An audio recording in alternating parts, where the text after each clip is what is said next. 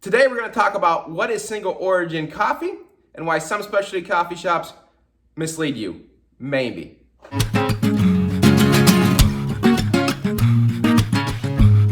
Hey guys, welcome to Ispirare Coffeehouse. Welcome to CoffeeShop Vibes, the show that is focused on enhancing your specialty coffee shop experience. Today we're going to talk about what is a single origin coffee.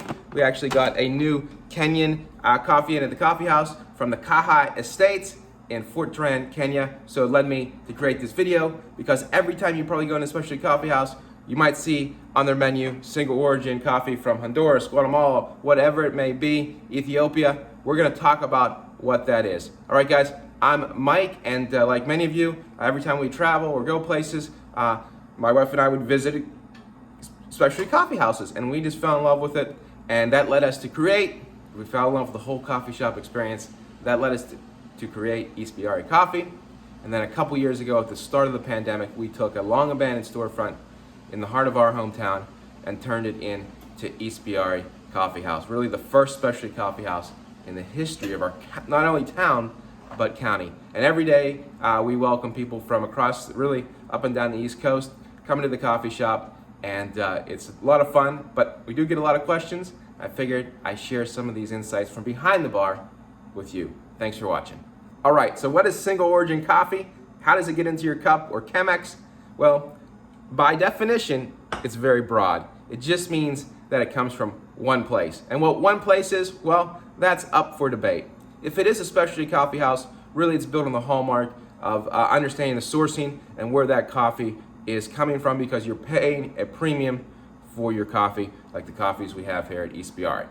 All right, so I think at first it's easier to share with you how coffee is farmed, at least how specialty coffee mainly is farmed and brought to your specialty coffee house. So I think some people might not understand this.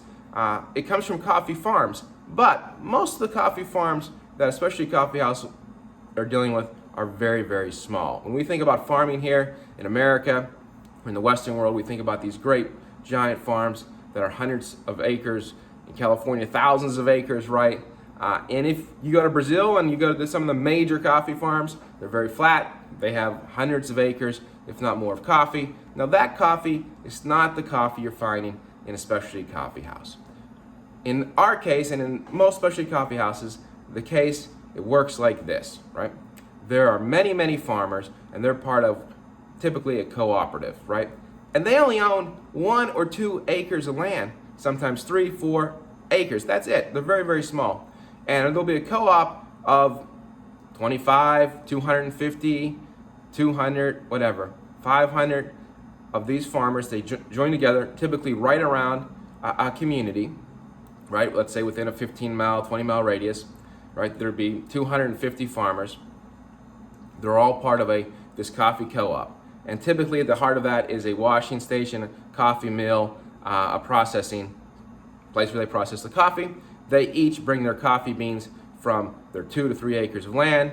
They bring it to the mill. The mill will, a lot of times you'll see it being dry. Maybe I'll throw some pictures up, right? It's washed, whatever process they use.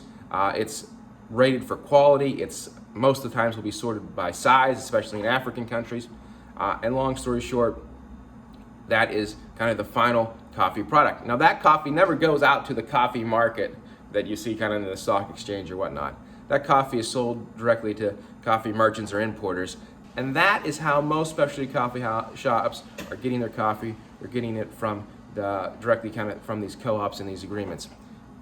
Again, but very, very small farms, not mega farms, right? It's not what you're seeing at gas stations, drive-thrus, on the supermarket shelf, right? We're talking about high-end Arabica coffee grown by farmers who are improving their technique, and their co-ops are improving their facilities and processes for processing that coffee and getting you a quality coffee bean.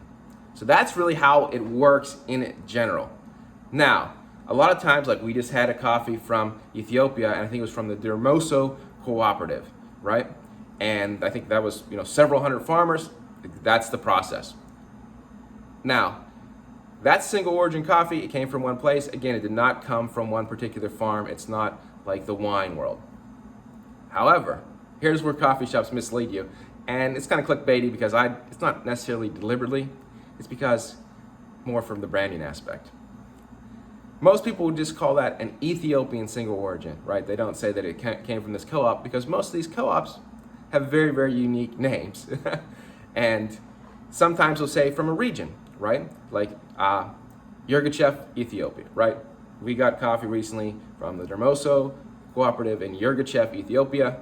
Instead of trying to get you guys to say the name, Yirgacheffe is a pretty big brand name in the world of coffee. It's like the Napa Valley of Ethiopian coffee. So we call it Yirgacheffe single origin coffee. And that's what it was, even though it came from this very particular area in Yirgacheffe, right? Some coffee shops will just label it single origin from Ethiopia. They do that for two reasons, really. Maybe they don't want you to know exactly what cooperative or where this came from, because if you do, then maybe you could just source that coffee yourself. Although I don't think many worry about that, right? When you do have single origins, like when we do some of these single origins, we did one from Panama, La Berlina Estates in Panama, came from a specific farm. Hey, I knew there was a coffee shop in California that had it, a coffee shop in New Mexico, and we had it, I think, that you could buy. Anyway, in Pennsylvania. But they do it mostly because of it's easier for people to understand the marketing. Ethiopia, Kenya, Honduras, right? Their names, Colombia, right? People know it as names, so it's easier for them to remember. But you could probably ask the barista and say, do you know where this coffee came from? And it probably came from a very, very specific co-op. So that's the most common type of single origin. If you're still with me after that total nerd out on coffee, I'm gonna share the other two ways that coffee are sometimes labeled single origin. The least common is that it's actually just a bunch of beans from a country that's coming together and produced. Now, I can't think of any examples in specialty coffee where they're taking coffee from a co-op in this side of the country and a co-op in this side of the country, and they're blending them together, roasting them, and calling them, let's say, Colombian or Guatemalan coffee. I don't really see that happening. It probably happens at the much bigger scale chain places and in some of these brands at the supermarket. And finally, the other type of single origin coffee, which is gaining popularity or starting to be marketed more, and some of these farms are really starting to up their game, work on their branding, because they're becoming some of the finest coffee producing farms in the world, and it's called estate coffee, and that's what our newest coffee is. And like I said, we just did one from La Berlina Estates in Panama. This is from the Kaihai Estates. It's a woman-owned estate in Kenya, and estate is kind of a loose term.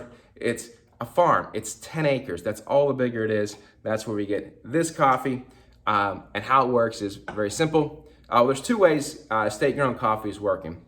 And this is probably the most common. This is a 10-acre farm in Kenya. They take the coffee to the mill. It's kept separate. It is graded, sorted, etc. And they sell it to the coffee importers. There's agreements in place because the quality of this, once it gets rated, that it's kept separate, and the coffee is sold particularly just from this estate. Again, not mass production, very, very, very small scale. Remember, we're talking 10-acre farm. That's all the bigger this Kenyan estate is. And again, they bring it to the mill, it gets sorted, and that's how we got this very unique, great tasting coffee here at the Coffee House.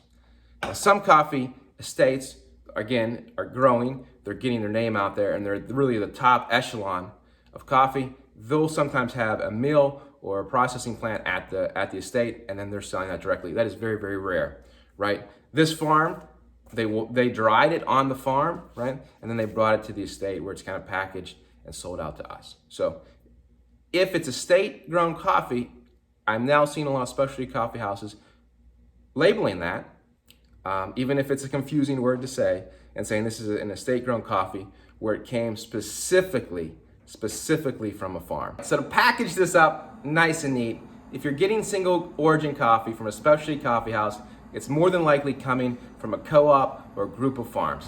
If it's estate grown, it will probably be labeled that, and that's coming from one specific farm.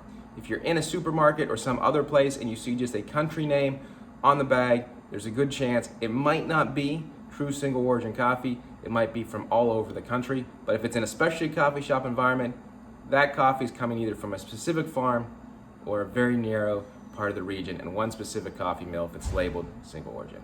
All right, guys, hey, thanks for watching. Make sure you subscribe. We'll talk to you soon. Feel free to put any questions in the comments.